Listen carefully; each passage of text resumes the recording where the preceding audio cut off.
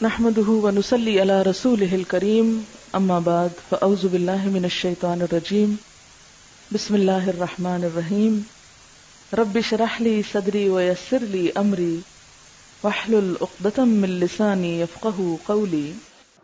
آپ دیکھیں کہ انسان دو چیزوں کا مجموعہ ہے، ایک اس کا جسم ہے اور ایک اس کی روح ہے۔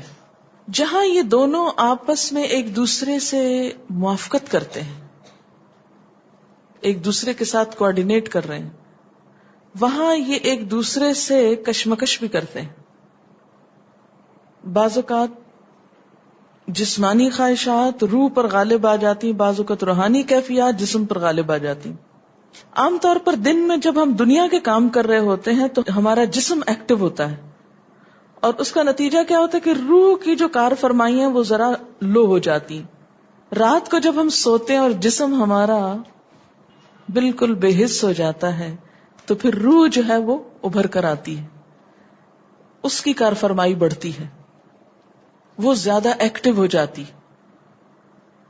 پھر آپ کو قرآن کی وہ آیت بھی یاد ہوگی کہ جس میں اللہ تعالیٰ فرماتے ہیں کہ جب انسان سوتا ہے تو ہم اس کی ایک روح لے لیتے ہیں، جس کو زندگی دینی ہوتی ہے وہ واپس لوٹا دیتے ہیں، ورنہ جو دوسری باقی ہوتی وہ بھی لے لیتے ہیں۔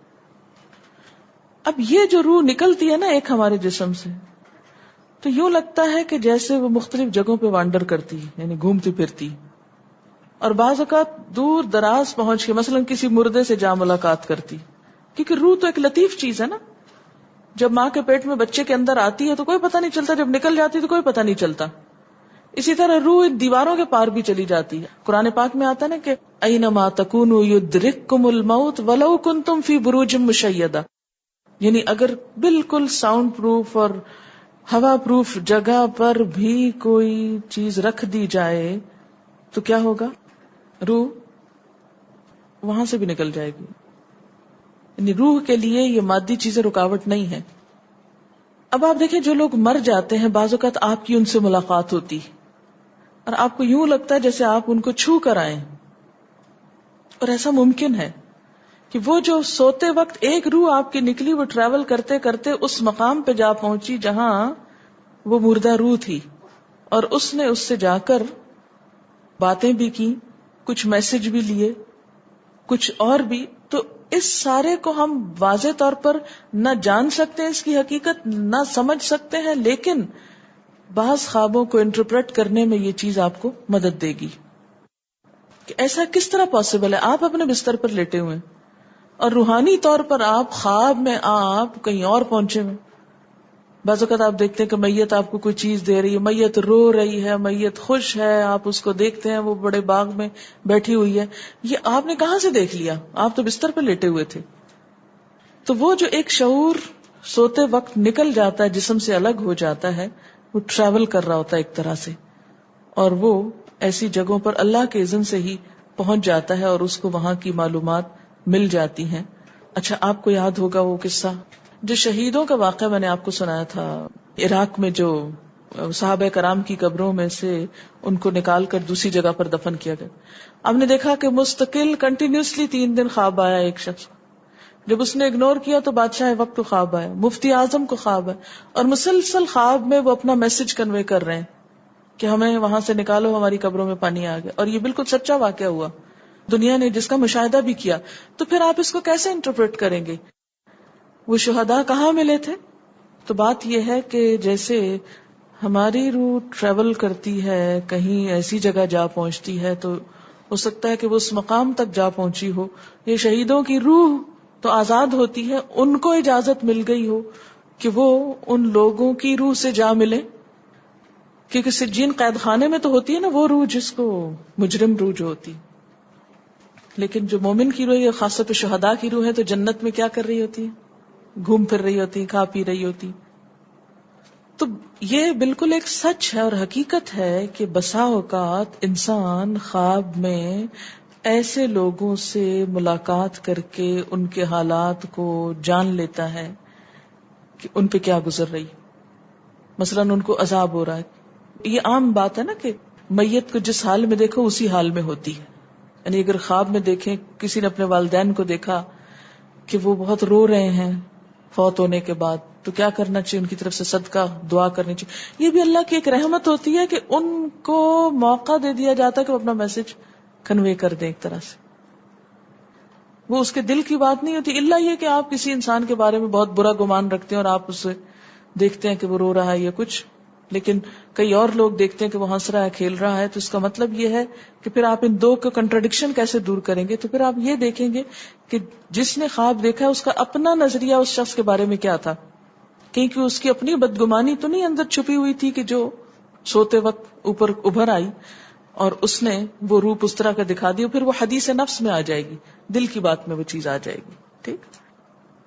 تو نبوت کا جیسے انبیاء علیہ السلام کو کچھ غیب کی خبریں دے دی جاتی تھی، اسی طرح عام انسانوں کو خواب کے ذریعے کچھ غیب کی خبریں دے دی جاتی ہیں. لیکن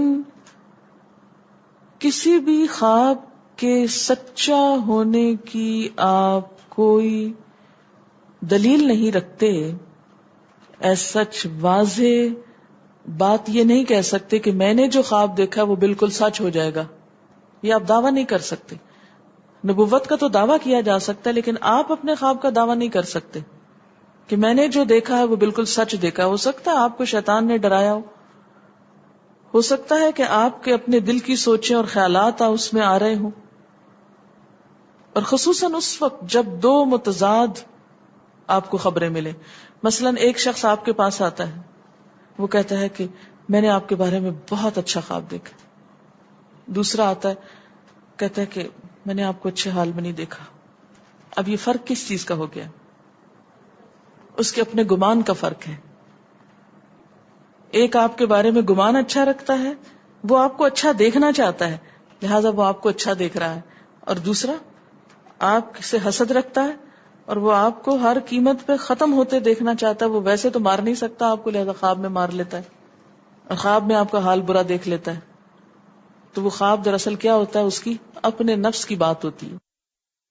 اسی طرح بعض لوگ جو جھوٹ سے بچتے ہیں، دھوکے سے بچتے ہیں، جن کے اندر منافقت نہیں ہوتی، جن کے دل بالکل صاف ہوتے ہیں، ان کو بھی بعض اوقات ایسے خواب آتے ہیں کہ جو بالکل واضح حقیقت ایک طرح سے نظر آ جاتی. لیکن کوئی شخص یہ خود سے دعویٰ نہیں کر سکتا کہ جو میں نے دیکھا ہے وہ میرے دل کی بات نہیں اور وہ بالکل بڑی سچائی ہے، جب تک کہ وہ چیز عملاً سامنے نہ آ جائے.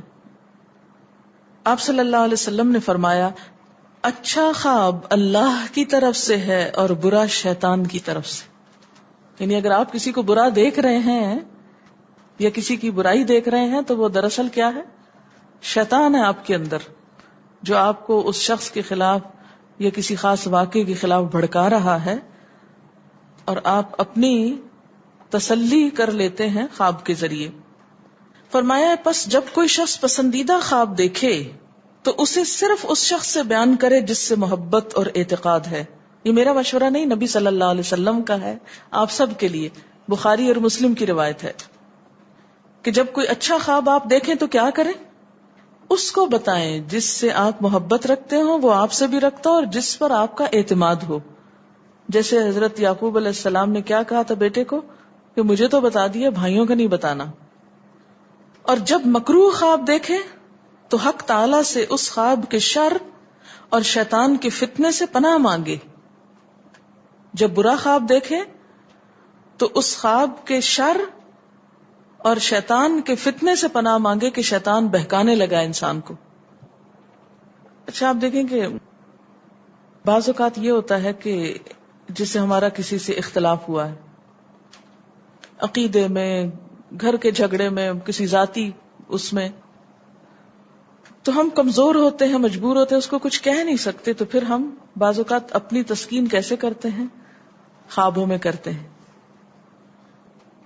مثلاً ایک لڑکا کسی سے شادی کرنا چاہتا ہے اور وہ کر نہیں پاتا، اس کو وہ رشتہ مل نہیں رہا، تو وہ خواب میں دیکھتا ہے کہ اس کی شادی اس سے ہو گئی ہے، اس لڑکی سے. تو بعض خوابوں کی نوعیت بس صرف اتنی ہوتی، اس سے زیادہ اس کی حقیقت نہیں ہوتی. اچھا بعض اوقات جیسے کسی سے ضد ہے، عداوت ہے، دشمنی ہے آپ کی،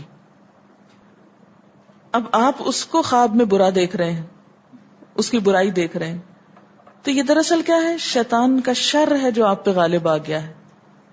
آپ اس کی برائی چاہتے ہیں، ویسے کچھ کر نہیں پاتے، مجبور ہیں آپ، تو آپ خواب کے ذریعے وہ اپنی تسلی کر لیتے ہیں.